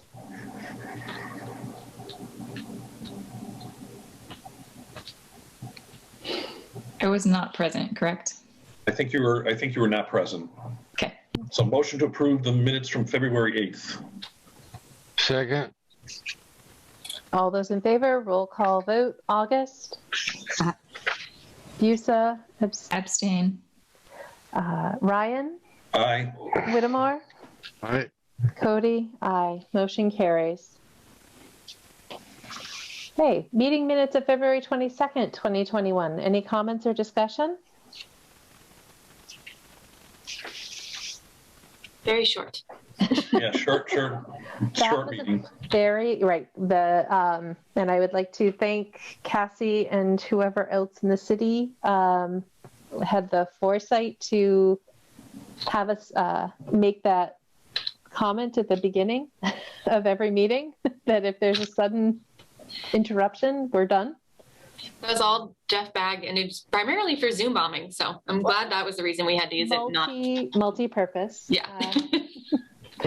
So with that, motion to approve the minutes from February 22nd. Second. all those in favor, roll call vote. August? Aye. Busa? Was I not there for that one either? I don't remember. Maybe you were at the one on the 8th, but you weren't at the 22nd. Because if you don't remember losing power, then that's what's going on. Because I don't think you missed 2 meetings in a row. No, I don't think so either. 2 meetings. Well, in that case, you're going to have to abstain. Abstain. You had it reversed, I think. You were there. So. You were there for the 22nd, but not the 8th. Oh, Yeah, I misheard. I heard it as February 28th. I would have been there for the 8th. Sorry. Okay. Apologies. All right, cool. oh well. Ryan? Yay. Whittemore? Aye. Cody? Aye. Motion carries. Woohoo. All right. We discussed the next item, 109 Everett Street. Next item, Borachowski parcel, art installation request. Oh, that's been withdrawn, so we don't have to talk about it. Okay. It's not happening. Item has been withdrawn. Next item, Union Street improvements project information. Yeah, so I don't know if you guys remember, like a while ago, there's a project to resurface Union Street, and there's Okay. one little chunk there at the end that's at Cottage Street Yes. that is potentially jurisdictional for us. So they were asking to make sure to see if this improvement project would need further permitting with the Conservation Commission, and that area we're pretty sure meets historical mill exemption. Cottage Street? Yeah, like right near the pond. The road? Just because where it goes, because the mill complex right on that is Cottage Street. Am I confused? Am I in the wrong? No, I'm just trying to wrap my head around how. So what do they think the jurisdiction is? Because historic mill complex only exempts you from riverfront area. Okay, cool. Yeah, so that. And so the only one that what I would have a question about is whether or not the roadway elevation is lower or lower than the 100-year flood elevation per FEMA. So, okay, when we last talked about it, that was what we had determined was. Yeah, help me there, because I don't remember. What we had determined was, and let me pull up also this document that he was able to provide for me. But basically at the last, and it was hard because the applicant wasn't able to attend, so it was me presenting the information. But basically the 3 points that the commission came up with was that they've got to get it created with the Office of Dam Safety. Yep. It was unclear, like, if there was going to be an increase in impervious area, which they had kind of indicated was potentially the case, but when we were all looking at the plans, we couldn't really see how that was even possible, considering that there's not much in the way of impervious. Like, they'd have to extend the road or over the water. It was kind of confusing. Mm-hmm. And then there was a question of, if and how does this historic mill complex come into play? So I kind of relayed all that to them. And then they reached out to me again and was like, can you relay all that to us? So I did. And what they were able to say was that they believe that the work is exempt from the Wetlands Protection Act. And I'm going to share my screen with what he sent me, because it might be helpful for you all to be able to read it. But basically, their main, oh God, that got weird. Okay, basically the main side of it was that since it's a pavement repair and resurfacing, reclamation of existing roadways, provided it's not within the limits of VLSF, that is, it can qualify as a minor exempt activity in buffer zone. So that's right. 1002-2B2, pavement repair resurfacing. No work on the drainage system other than adjustments and or repairs to respective structures within the roadway. So within the right-of-way configuration, provided that the roadway and shoulders are not widened, no staging or stockpiling of materials, all disturbed road shoulders are stabilized within 72 hours of the completion. My concern, let me see if I can find this, 20, is that these provisions do not apply if the activity is not limited to buffer zone and or riverfront area. So the question is, and perhaps this gentleman could speak to the roadway elevation. And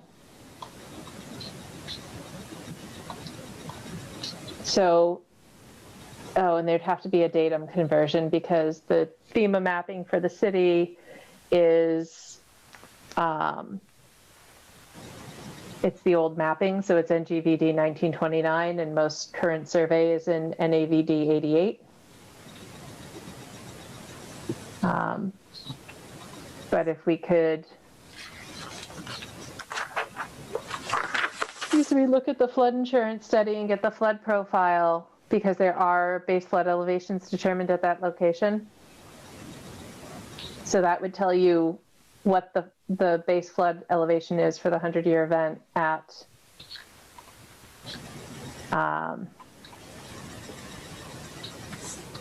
whatever they're going to call that stream. I don't know if they call it Nashawanek Pond or they actually refer to it as a brook. Mm-hmm. Bassett. Lower Mill Pond.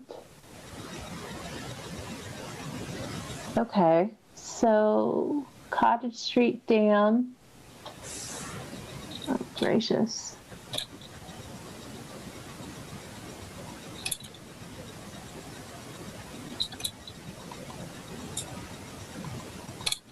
So Cassie, this information is available in the flood insurance study and the flood insurance rate map. So it looks like the 100-year flood elevation of the Cottage Street Dam is 155.67 point something. So does the plan that they sent you, does it have any spot elevations or contours in the roadway? Let's see. Can you all see my screen right now? I can see it. It just needs to get bigger. Yeah, it's way too tiny. All right, hold on. Let me zoom out until I get to go.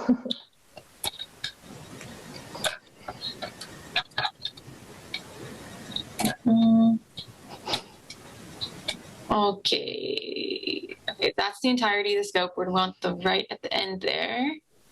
Oh, actually, do they have a cross? Never mind. Just, sorry. Stop. This one? No, I was wondering, they showed some profiles, some cross sections on another sheet, and I just wondered but these, I don't know where they took where they took these slices. It's just this typical section. But it says station 215, and we really want Cottage Street, not Union Street. Right. So yeah, those station numbers would correspond to a location on the map if they have one for Cottage Street. Otherwise, we'll just go to Plan View. Okay. Let's see.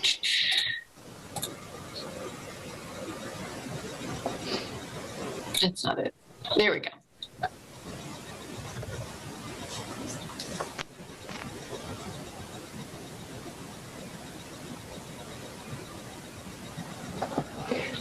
Okay. There's also, so I was looking at these plans earlier, and there was a question of, just speaking back to that weird mention of increase in impervious area, we're thinking that it might be here. Am I? Yeah, can you zoom in there? Because it looks like their new edge of whatever, there's old guardrail maybe going right through it in the light gray. Yeah, yep, okay, so that was potentially where there could be, they're bumping it out so that, like right now, the guardrail just kind of goes right here, and this is a little unpaved area here, I guess. So that doesn't seem like it would be exempt. Okay. That part of the project. But we also still, I don't see any contours on here. So perhaps that's a question you could ask for clarification, or if they could show the limits of 100-year flooding relative to the roadway. And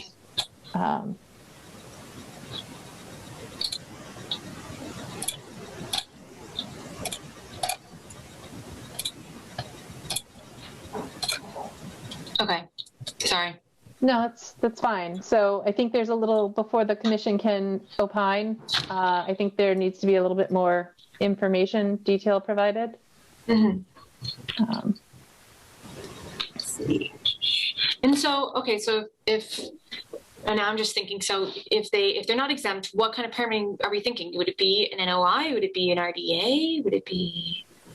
I think it depends on the extent of what they're proposing relative to resource areas. So if it just doesn't qualify for a minor activity in buffer zone, that's one thing. But it, the rule of thumb is typically if you're in a resource area that you file a notice of intent. If that resource area is bordering land subject to flooding and they're resurfacing a road without changing elevations and, having an issue with the comp flood storage and performance standards for that one resource area, then I don't think it really makes sense to require a full permit, as my own personal perspective on it. But understanding how they're going to achieve widening the sidewalk at that particular area, and or if they trigger stormwater because they're increasing impervious area, if they can make an argument about why they don't need to do stormwater, perhaps that's something that the commission could entertain as an RDA, but otherwise it should just be a notice of intent. Okay, so if they're not changing the elevation and if they're not increasing the impervious area, it probably would be appropriate primarily just to do an RDA. Right. And I would also be looking to DEP's policy on negative determinations as a general guideline. Okay.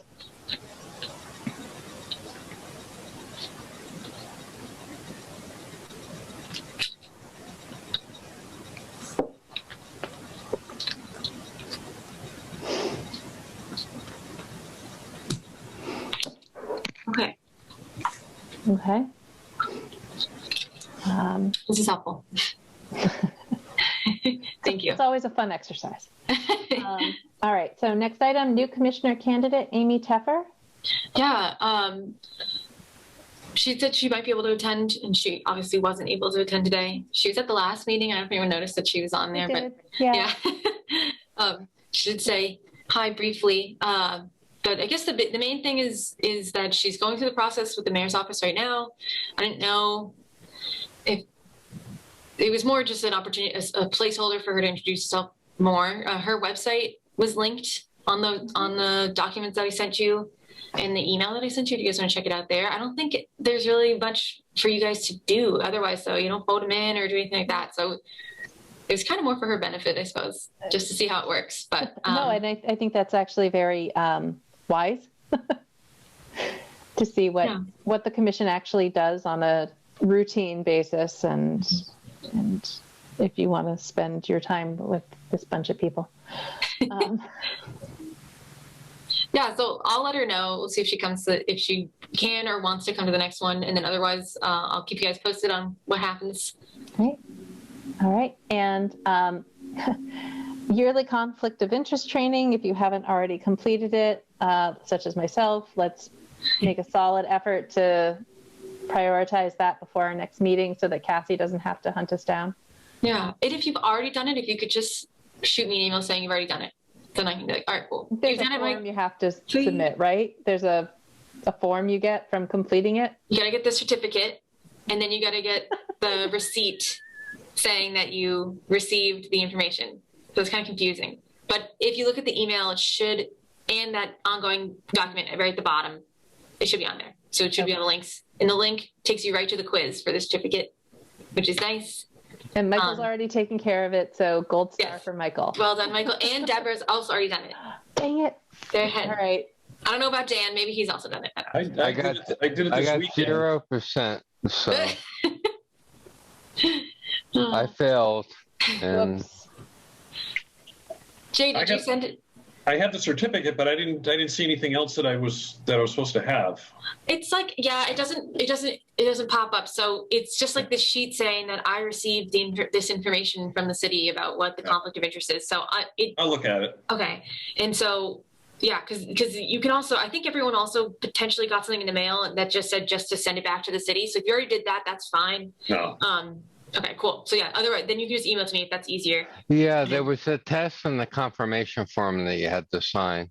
Yep. That you acknowledged that you got the acknowledgement. So there were two things you needed to sign.